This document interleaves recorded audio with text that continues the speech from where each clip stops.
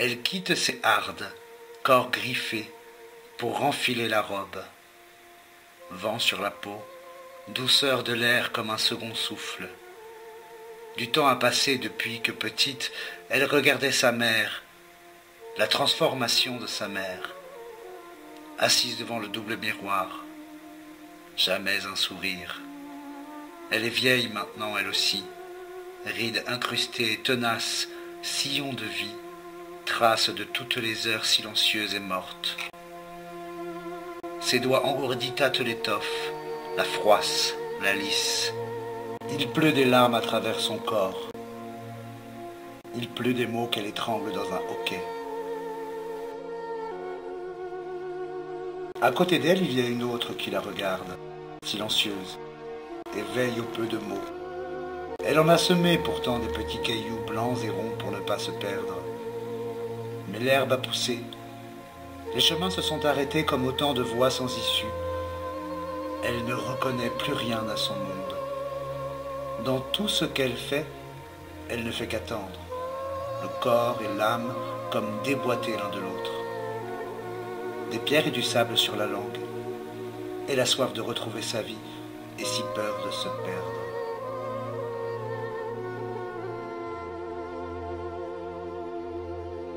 La vie est comme un secret bien gardé.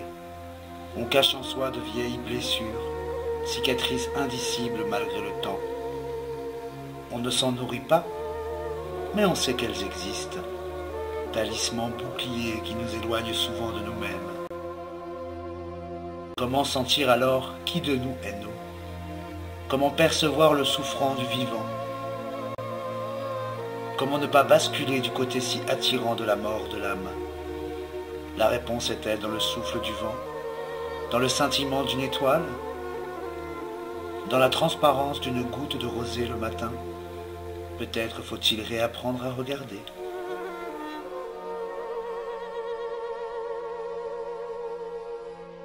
Je me fragmente face au miroir. Ricochet, écharde, peur, je me disperse. Os en poussière, rêve, chagrin, rumeur. Je m'absorbe, m'effrite, labyrinthe, hasard, cri.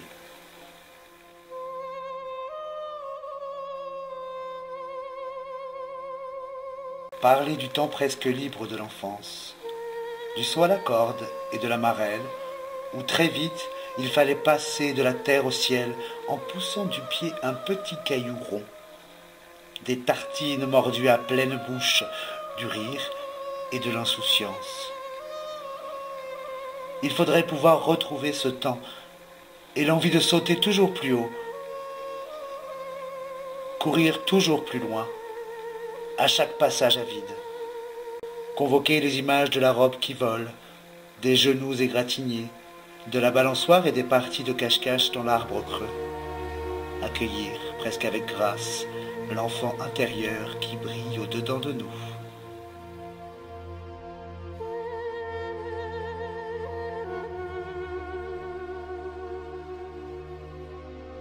Égratignures, déchirures, lambeaux d'âme qui s'entrecroisent ton corps.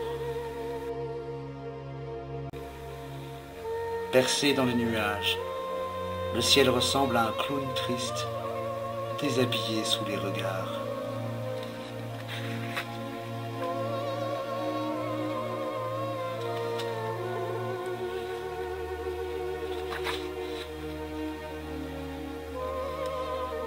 Pierre monochrome, sol refermé, terre bleue, lune brûlante.